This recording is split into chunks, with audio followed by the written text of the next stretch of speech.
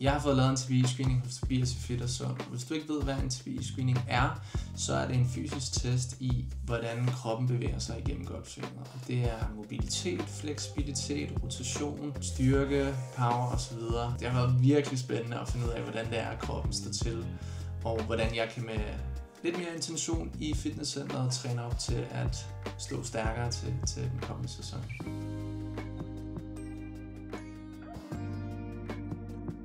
Det er sådan level 1 screening. Det er sådan, hvad kan kroppen? Ja. Hvad kan, er der noget, du ikke kan? Er der noget, du har svært ved i dit sving, som træneren prøver at få dig til?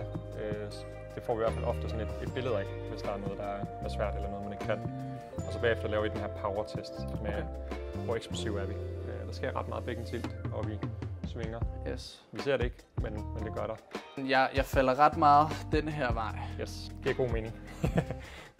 Og det er både, når jeg prøver at svinge stejlt og svinge den venstre. Altså så vil jeg skal overdrive det så meget, at jeg ikke falder herned. Ja, det var den fysiske, hvad kan kroppen? Okay.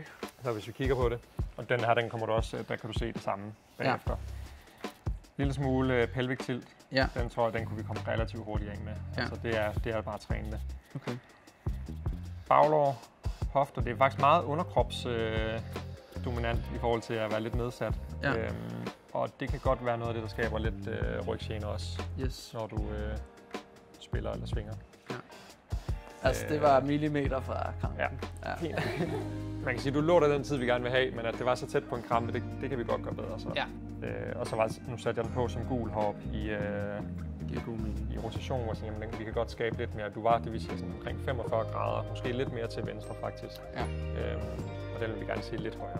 Så den første del af screeningen, det er bevægelighed og mobilitet, og det var den, jeg frygtede allermest, fordi det der er allerdårligst. Så der var lidt kramper undervejs, og så heldigvis en masse god viden på, hvordan det er, jeg kan blive bedre til det hen over vinteren.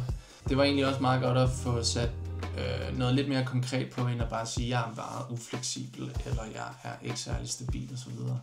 Jeg var bange for, at min balance ikke var god nok, men den var faktisk det, man gerne ville se med Tobias' år. Testen her, vi skal lave, det er den sådan globale, hvor vi sammenligner med alle sammen. Der bruger man en 4 kilos bold.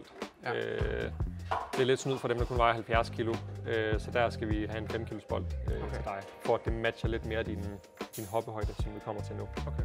Men vi skal igennem den her power-test, hvor der er noget, hvor højt kan vi hoppe, hvor langt kan vi kaste en bold, kåren, hvor langt kan vi skubbe en bold, og så er der lidt nogle styrketest også. Okay. Så jamen, er det fart eller styrke, der mangler?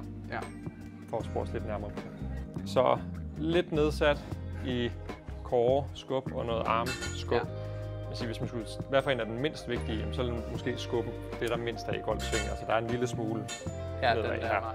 Men der er helt klart mere træk, og der er mere force fra benene af. Yes. Okay. Så nu ved vi ikke, det er bare din powertal det her. Vi ved ikke, om det er på grund af, at du er stærk, eller om du er hurtig. Okay. Eller hvad vi skal arbejde på. Så det skal vi teste nu. Det her, det er power screening, så hop ser egentlig rigtig fint ud. Du havde en, der var oppe på 57, de andre var sådan lidt lavere, så den er god at have fokus på stadigvæk. Det kan være en del af programmet. Corn vil være rigtig godt at have fokus på. Det er egentlig den, der sådan er længst bagefter. Ja. Og det er sjovt, for vi ser egentlig, at du har fint nok trækstyrke sådan i armene, når du står og trækker. Men når det bliver den her kombination, så er det som om, at du ikke får fyret helt lige så meget fra corn af. Lille bitte smule nedsat i skubben.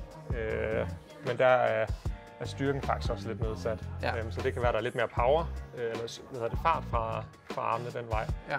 Og så lidt styrke, der mangler. Okay. Så det er jo ikke slemt her overhovedet. Altså, det er et godt udgangspunkt.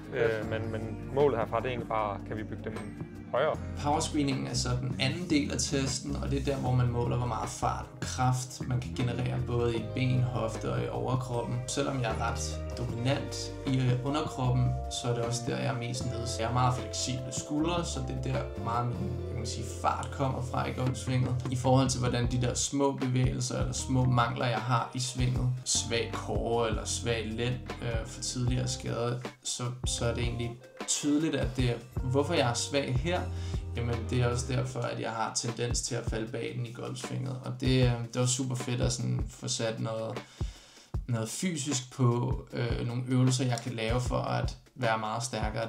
Jeg vil nok sige, at hvad skal vi gøre for at blive bedre? En kombination af hop og styrke, for at kunne blive endnu mere eksplosiv, hvis det er det, man går efter. Ja. Man kan sige, at farttræning, det er sådan noget med at stå og kaste med bolde. Ja. Gerne relativt lette bolde, så jeg vil ikke have over en 4 kilos bold, for eksempel. Det gælder om at være så hurtig som overhovedet muligt, når man kaster. Okay.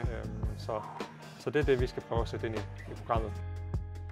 Til sidst efter screeningen finder jeg ud af, at det står egentlig sådan okay til med kroppen. Der er nogle ting, jeg er god til, og der er nogle ting, hvor jeg sådan består, og så er der også klart nogle ting, jeg kan blive meget bedre til. Og det handler typisk under noget underkrop, noget core, ben, hase og hofte, som er nogle ting, som bliver lagt ind i min træningsplan. Hvad skal du? Hvor meget skal du træne? Og hvor meget vil du gerne træne? Der er noget, der hedder sådan noget minimum 3-4 gange om ugen. Ja.